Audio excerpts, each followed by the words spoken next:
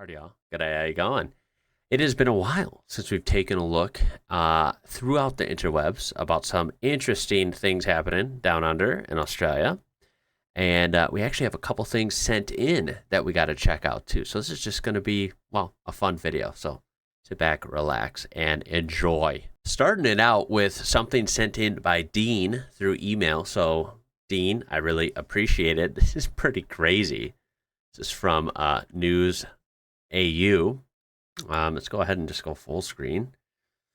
Horrifying moment as car runs over crocodile at infamous crossing. That's right. Car runs over crocodile.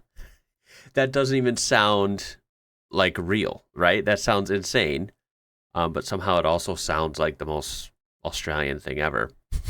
Now, the driver in question was Mateo. They said that it was definitely unintentional, so I guess we shouldn't go too hard on him.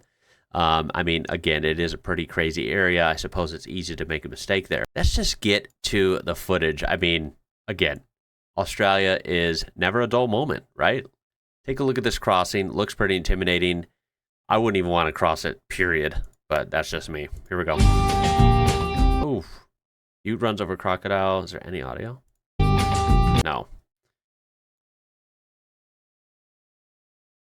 Oh my God, when is he actually hitting it? Just driving over the crossing is scary. We already know this, right? Oh, hold up. I wonder... Here, I'm going to give you this view so you can see a little better.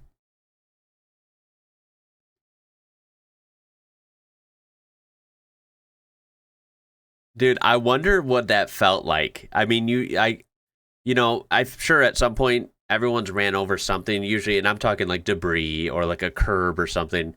Thankfully or hopefully most people haven't ran over a living thing very much. But the feeling of running over something in your car, you can usually feel it, but you're in kind of crazy terrain. You're in a river crossing, so I wonder if they'd even know, right? But then they must have felt something. They threw it in reverse. And then they run over it again. Okay, there we go. You can see it. Oh my God, that's crazy. Look at it trying to get out. It looks kind of flustered, right? And then it gets ran over again. Oh my God, man. I love how it kind of like snaps at it real quick. And then just like, nope, I'm out. It's getting the hell out of there before it gets ran over again. Of course, this is in Kakadu National Park. It's home to over 10,000 known crocs. According to the park's website, there are 5 to 9 crocs per kilometer. Late last year, 2 men had to be rescued after the ute washed off the road and swept to its side, forcing them to climb out the window and take refuge. Yeah, I mean, Cahill Crossing, what a crazy place. I mean, fun. I mean, it's in a beautiful area, right? Like, national parks in Australia seem to me like they're always awesome. But there are some certain things you gotta kind of know about and you gotta respect because they will make a fool out of you if you don't take them seriously. Food is always interesting, although it could be really good or really bad. This one says Australian cooking in the 70s was a lawless wasteland. A little afraid to find out what this is like. Let's try and find the right screen. There it is. Peaches, fresh or tinned. The recipe is for 6 people. It requires firm avocados, steak, peaches, fresh or tinned, and naturally salt and pepper, corn flour, and some bacon. This is a particularly fine fillet. For the same or the equivalent, you'll need 1.5 kilos for 6. The pounding not only flattens the meat, but softens it, the better to absorb the flavor. Damn, he took a fillet and beat the crap out of it. Okay. Pack the beef with the peaches. And the same with the avocados. What? As original as the idea is, so too is the color pattern. Roll tightly, but very carefully so as not to dislodge. Great care must also be taken with the foil to ensure there are no tears, while the ends are sealed airtight. As easily as that, the dish is ready for the oven. That's it. Where it will stand for 40 minutes at a temperature preheated of 230 degrees centigrade. With the benefit of an additional 20 minutes standing in the oven after switch off, the result is a remarkable and unique culinary speciality. Remarkable and unique. Yeah. I guess you can't argue with that. Beef Mildura. Beef Mildura. Mildura is an Australian provincial city renowned for its fruit. The chef recommends a sauce of Madeira blended with the meat juices and simple accompaniments. Look, I'm all about learning about new food. There's certain foods I've really come to like and been mind blown by. And I know there's a whole list of foods I have to get to, right? This is like a whole realm of the channel I haven't even really gotten to spread my legs on yet. Like, that's not how I wanted that to sound. Spread my wings. That's it. Oh, the comments are going to be fun on this. So, yeah, back to the food. This food looks very weird. I try to be open for its fruit, meat juices. I mean, I am usually. I try to, really learn about stuff I've never heard about and embrace it. What the hell is this? I don't know if I could. Well, I've never heard of this. That's safe to say. I would love to know, honestly, how many watching. Be honest. How many of y'all have heard of this? I'd love to know, on top of that, how many of y'all have even tried this. Now, I know there are foods that sound really weird on the surface, but end up being great. I just don't think this is it. I don't think this is one of those. Wow, I don't think I'll ever get to try this unless I were to make it, of course. I don't know. I'm kind of in between. Out of curiosity, I almost want to. And the other half of me is like, hell no, I will gladly never see that because this is not a thing, right? There's a reason I've never heard of beef Mildura. Yeah, this is a particularly fine fillet. Proceeds to fucking ruin it. Australia leads the world in Reddit usage. 33% of Australians over 16 use Reddit. That's pretty interesting. I would have never guessed that. I guess I wouldn't have any idea what, country, what percentage of which countries kind of lead in Reddit usage. Australia is obviously not one of the biggest when it comes to population. But I mean, 1 out of 3 Australians on Reddit. That's pretty common. Like that's a high percentage. Very interesting. Wow. I guess that means that 1 out of 3 people that see my Australia Reddit videos, hell, they might see their own comments on here. Now, that's pretty cool. Full circle moments like that. They're very fascinating. Who else is going to do it whilst the Americans are sleeping? 30 years ago today, Cheese TV made its debut. Cheese TV. I got to see the comments on this. Right? I mean, what on earth is this? For people of a specific age, the biggest impact of 9/11 was that Cheese TV was replaced with the news for a few days. Ooh, that's pretty weird to think about, right? But it's kind of significant that that was what the time slot should have been playing, and for horrible reasons was not. 30 years ago today, Cheese TV debuts on Australian TV. It was hosted by Ryan Lappin and Jade Gatt, and aired weekdays from 7 a.m. on Channel 10 and its affiliates. Jade Gatt, 16, and Cheese TV co-host Ryan Lappin, 13, were chosen from a lineup of 70 people. Gatt then recently had a role in the movie Billy's Holiday, and Lappin had recently had a guest appearance coming on Heartbreak High. The first 3 shows, which aired July and August of 1995, were Garfield, Technoman, and Exo Squad. September 1995, the lineup changed to Garfield, Transformer, Next Generation, and X-Men. Then in November 95, it changed to Garfield, Cops, and Biker Mice from Mars. And by the end of 95, during December, Dungeons & Dragons replaced Garfield. The show lasted roughly 10 years and officially ended on the 20th of August, 2005, and was replaced with Toasted TV. Now, a lot of that doesn't hit pretty hard to me because, I wasn't really familiar with the TV lineup in 1995 down in Australia, but it's pretty interesting to read. Some of you might find this pretty nostalgic. What I find interesting is something called Cheese TV was on for 10 years and is replaced with Toasted TV. What are we doing here? The god of barbecue shapes blessed me today. Look at that. Now that is a barbecue shape. Damn, that thing just looks spectacular. Great picture, too. Seriously, round of applause. I mean, look at the beautiful box, right? We all love the Arnott's shapes, the boxes. I have so many of them I've kept in the house. I know there's some in the studio somewhere. I don't know if you can see them on whatever camera angle you're at, but they're here. I love the boxes. I love the colors. And, of course, I love the product. I mean, they taste amazing, right? All the flavors are so vastly different, yet they're vastly familiar. Like, you're eating shapes. I don't know how to describe it. I'm saying this even as an American. Anyhow, that is one cool-looking shape, right? The Holy Trinity, as a matter of fact, in the name of the Tirana, the Outback Sun, and the Gold Coast. I love you, Australia. Bundaberg team assemble.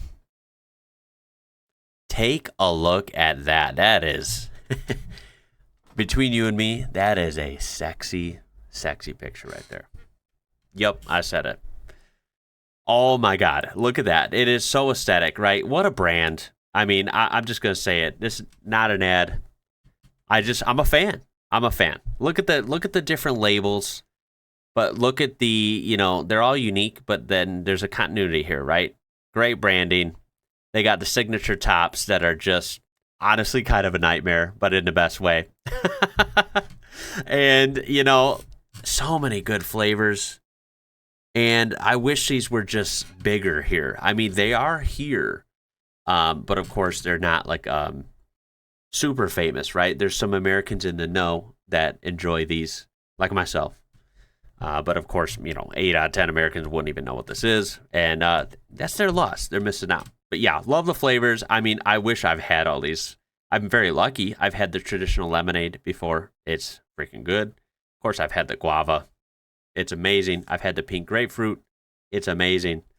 And I believe I've had of course I've had the ginger beer, right? That's like the only easy one to find. I actually have that in a lot of places here. And of course, that's the OG. It's excellent. But look at all these. I'm kind of drooling over all these different flavors. I literally bet all of them are good because, they just make good stuff. What can you say? They know their craft. They're good at it. All right, now this next headline is pretty interesting, and I wonder, what is the reason for it, right? I think it's a net positive, but I hope it's for mostly good reasons. Maybe not, for mostly negative reasons. We'll just have to see. I don't know. I'd love your opinion. Australia's divorce rate is the lowest in 50 years, and marriages are lasting longer, according to ABS data. So, like I said, the divorce rate is the lowest in 50 years. I think that's that's like a big deal. That's a big accomplishment. So, round of applause, Australians. It's also just interesting. Like, I wonder why the marriages are more successful and lasting longer, more than they ever have, technically, in 50 years. I would love to hear some of your thoughts or theories. Now, of course, going to the comments here, people are marrying people they actually like. Yeah, hopefully, that seems to be the case. And, it's a good piece of advice, right? It is a good piece of advice. I married the right one. What can I say? I do like my wife. I really do, actually, a lot. Let's just say like is not a strong enough word. Probably more financial pressure to stay together. I know 3 couples who are really only together because they can't afford to live alone. So this would go on opposite theory, right? That maybe it's for negative reasons, that more people aren't getting divorced because they basically can't afford it, right? And I really wonder if that is a contributing factor. I'm sure it's a factor, but is it a minimum one or is it, pretty relevant? I would have no idea. I want to know how someone in Australia afforded this. I don't know how people here in the U.S. afford this. This is a Ram TRX This is the most expensive Ram I believe you can buy.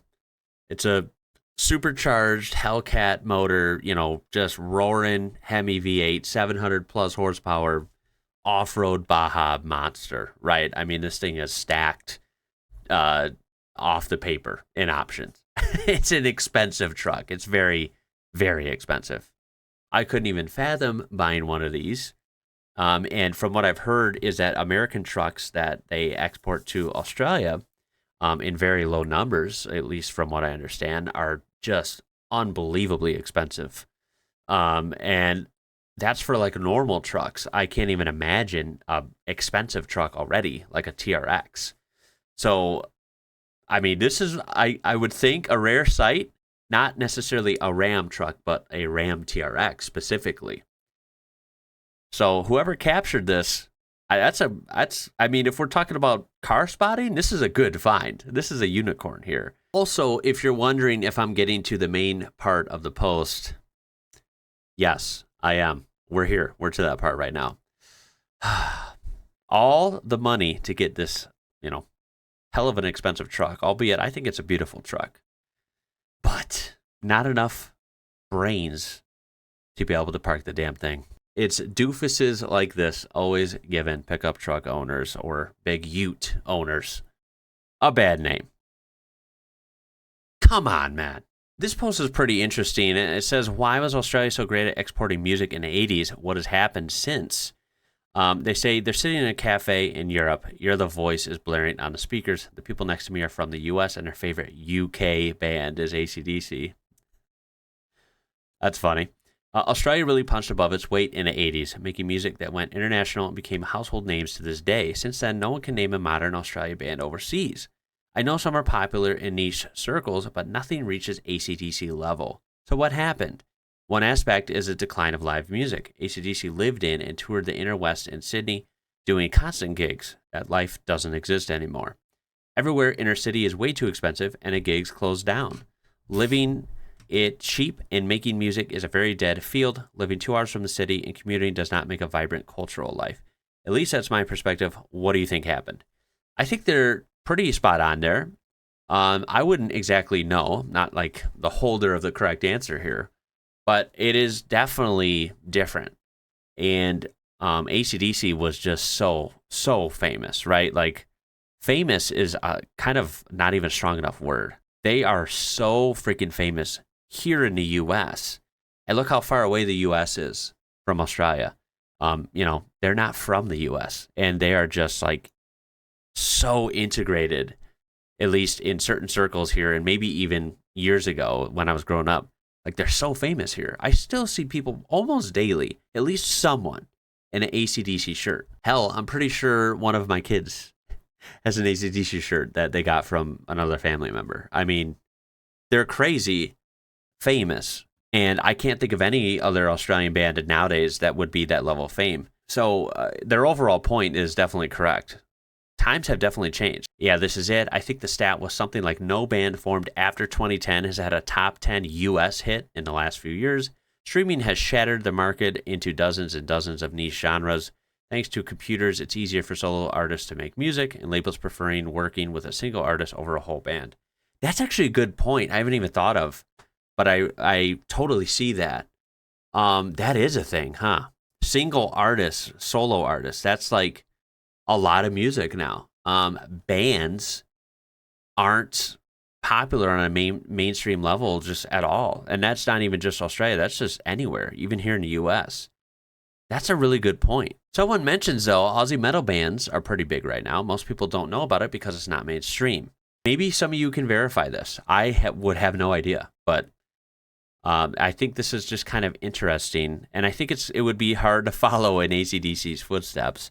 Do you think a band from Australia could ever kind of, conquer the world, so to say, in fame like they did ever again? I don't think so. I just think some, and this is not about Australia, they could be from anywhere. I just think certain athletes or certain bands or certain people, at the top of their craft, they only come around every so often, and it's pretty rare. And when they are big, they're big, and it's hard to replicate that. After Bondi Beach is under fire this morning for removing the free weights from its iconic outdoor gym, amid fears the area is, quote, attracting too much testosterone. Believe it or not, a lot of people do go to Bondi Beach not to relax or swim, but to pump iron and also film themselves pumping iron. Waverley Council says the weights were trip hazards. There've also been concerns raised recently about the gym primarily being used by men, alienating women, apparently. That's, I don't know about that, Bondi Beach is under fire this morning for removing the... First of all, how is anything pictured here a tripping hazard, right? I imagine, just like any, Muscle Beach kind of area that I know of, it's pretty obvious where it is.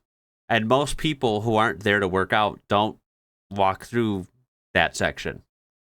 So that sounds like a very weak excuse. I'm sorry. That's pretty weak. I don't know how to weigh in on the whole, not enough women get to work out there. I mean, shouldn't they just build more, can't they expand it so more people can access it and maybe, more women can fill in? I don't know, right? I guess I'll leave that alone because there's probably no good way for me to answer that. But that sucks, I guess, right? I mean, maybe just more men want to work out this kind of stuff. I don't know. It's not my decision. But I think this is pretty bizarre. If this is true, I don't really know if this is even true, but this sounds pretty crazy. Some news stories are like, what the hell? And this is why I laugh at a lot of news stories, especially here in the U.S., because some things are just, quite frankly, ridiculous. Too much testosterone. I think you're bringing too much estrogen into this, right? That's very weird. A very weird thing to put in there. Look, at the end of the day, I mean, look, governments, councils, these types of things. Oh, it could be so tiring. It could be so tiring, man. Remember, I'm a people person. When I say I like countries, I like the people in those countries. I've just learned over time, I'm just not a fan of governments. They just usually suck.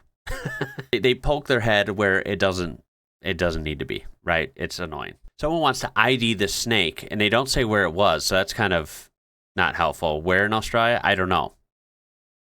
But this thing is pretty cool looking. It looks very dark in color, and it's got some wicked stripes on it, right? Horizontal stripes, pretty evenly spaced. Wow. Any guesses to what the snake is? And is it dangerous? Is it venomous? Let me just show you the whole view. Look at them, right? They just did not hesitate. Damn.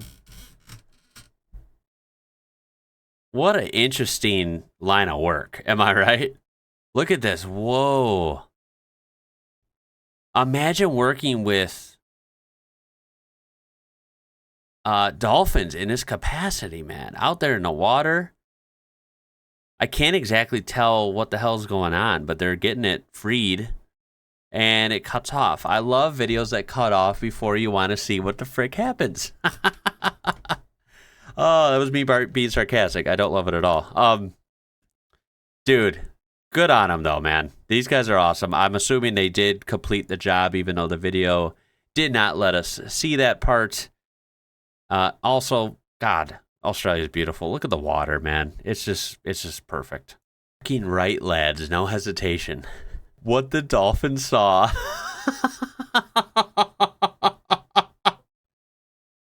I mean, yeah, it was you could say it was a very aggressive save, right? I think they saved it, but boy, they weren't graceful at first. I'm going to cut it there. This was a fun episode. Australia, I hope you're doing well. I hope everyone is doing well. And I know that if you're watching from Australia or New Zealand or somewhere nearby, then of course you're in the southern hemisphere and it's still winter.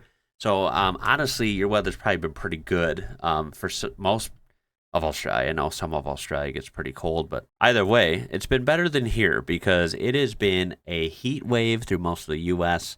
This Midwest area, right? Illinois area has been brutally hot and humid. We're talking unbelievable humidity numbers. Holy smokes, it's been hot.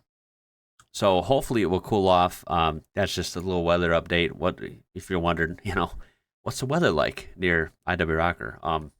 Hot as hell. And yeah, that's pretty much it. So I appreciate you watching, and I hope to see you in the next one. My name is Ian. You're watching IWrocker. Until next time, y'all. Catch you later.